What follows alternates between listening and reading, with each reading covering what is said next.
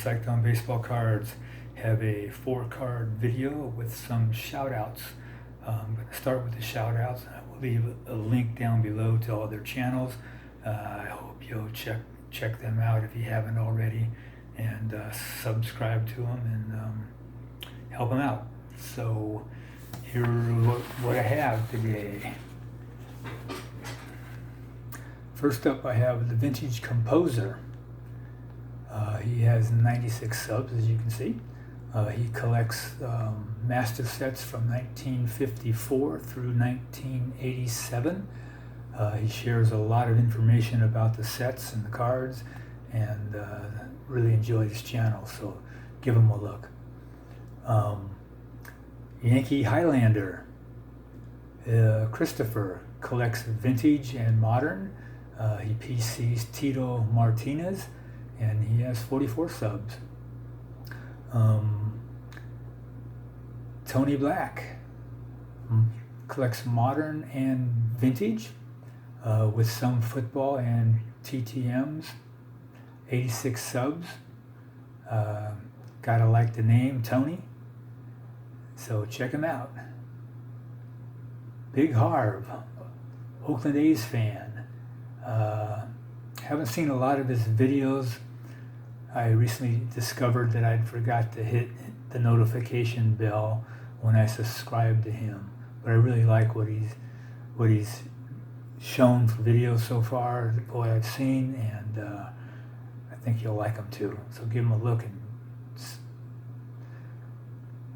A's fan Jim, another Oakland A's fan.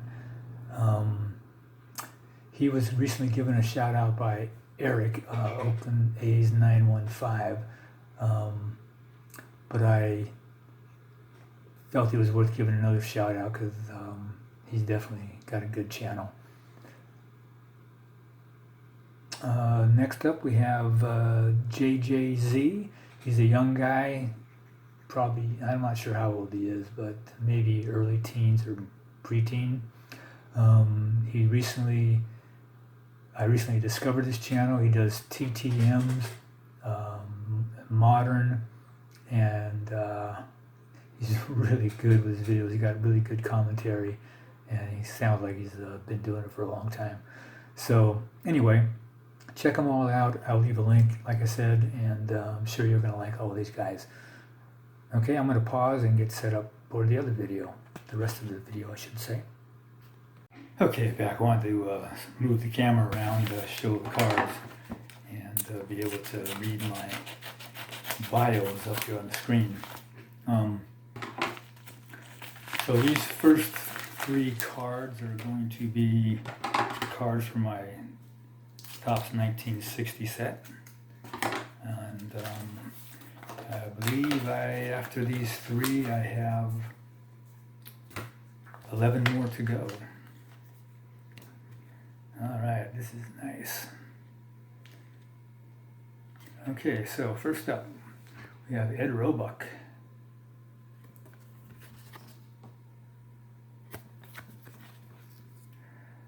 Alright, Ed, he was a right-handed relief pitcher. He pitched for 11 seasons for the Dodgers, Washington Senators, and Philadelphia Phillies from 55 through 66.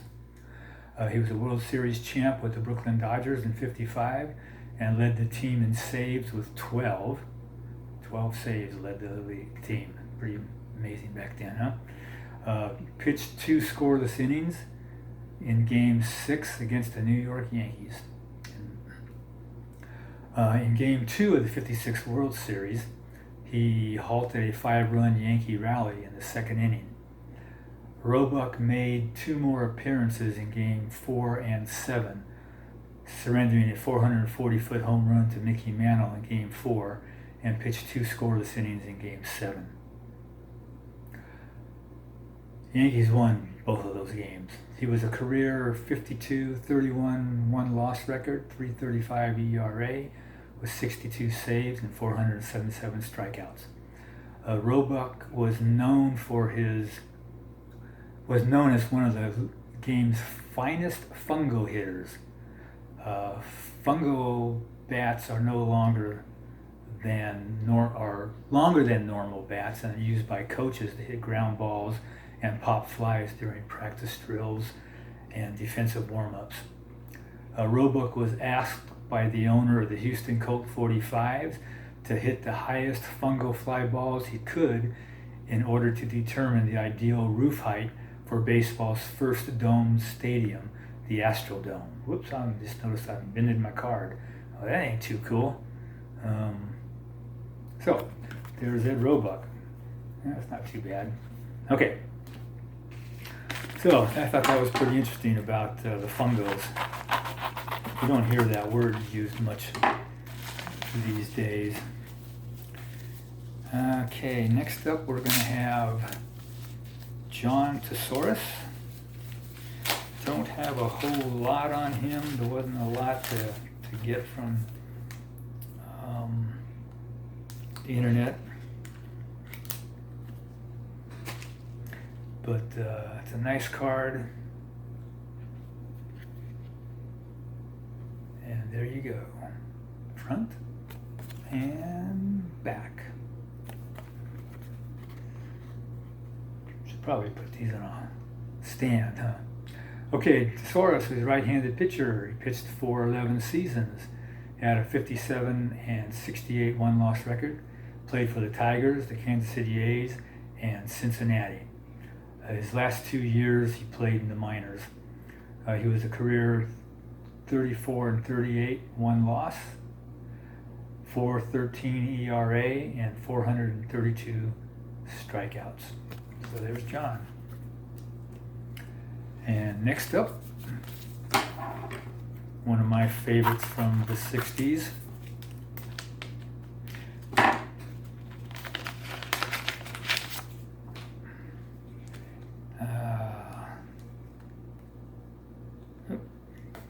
I got tape on this one, okay. Yeah, I don't want to do that. Too wide. Bear with me while I...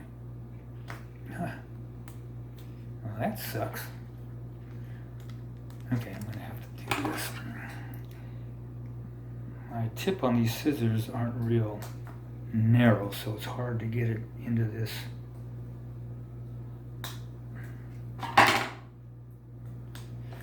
Top holder here. Okay. So, like I said, this was one of my favorite pitchers from the 60s, back when I was a big-time Giants fan. Mike McCormick. And then when I got out of the military, the A's were in town, and I slowly became an A's fan. Easier to get to the ball games. Okay, let me see here. McCormick, left-handed pitcher. He played for 16 seasons, 11 of them with the Giants. He was born in Pasadena, California. He was signed by the New York Giants in August of '56 at the age of 17. He signed for $50,000 under the bonus rule. So he was a bonus baby. Meaning that the Giants couldn't send him to the minors for 2 years. He had to be on the team during those 2 years. He pitched 1 inning in relief and had 2 starts that September. He was 0-1 with a 9.45 ERA in 6 2/3 innings. In '59, he was credited with a 5-inning no-hitter in a rain-shortened game. He gave up a run in the 6th, but the game was called before the 6th was completed. A statistics rule change was made in 1991, stating no-hitters must last at least 9 innings to count as a no-hitter. The rule was retroactive, so McCormick's and 35 others shortened no-hitters were no longer counted as no-hitters. The '67 season was one of his best. He beat every team in the National League. He was 22-10 and won the Cy Young. He was the first Giant to win a Cy Young, and it wasn't done again for 41 years by Tim Lincecum. In '67, I was in Atlanta, and I was able to see the Giants play Atlanta, and McCormick pitched a complete game, and the Giants won 6-2. He was the 500th Major League pitcher to hit a home run, and he gave up Hank Aaron's 500th home run, so he personalized his license plate, Mr. 500. He was a career 134, 128, one-loss record, 373 ERA with 1,321 strikeouts. Four-time All-Star, one-time Cy Young, one-time wins leader and ERA leader, and he's on the San Francisco Giants Wall of Fame. So there you go. Hope you enjoyed. Oh, still got one to go here. This video is starting to run a little long. Sorry, guys and gals.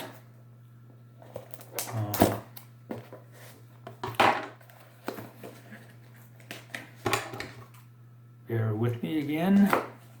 Kind of like spacing out here.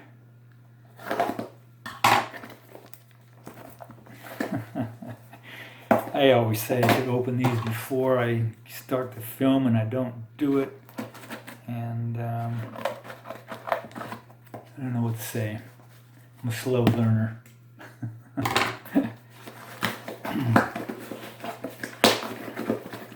Okay.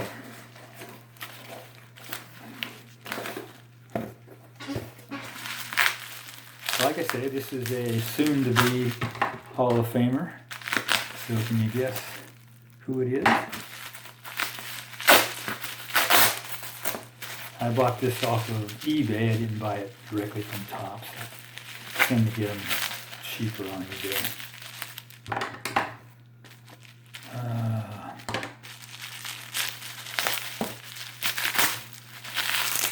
Jeez. Nothing like good wrapping, but boy. Okay.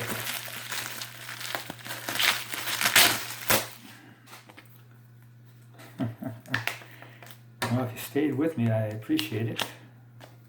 And if you fast forward to get to this part, that's quite all right. But anyway, here we go. It is none other than Derek Jeter.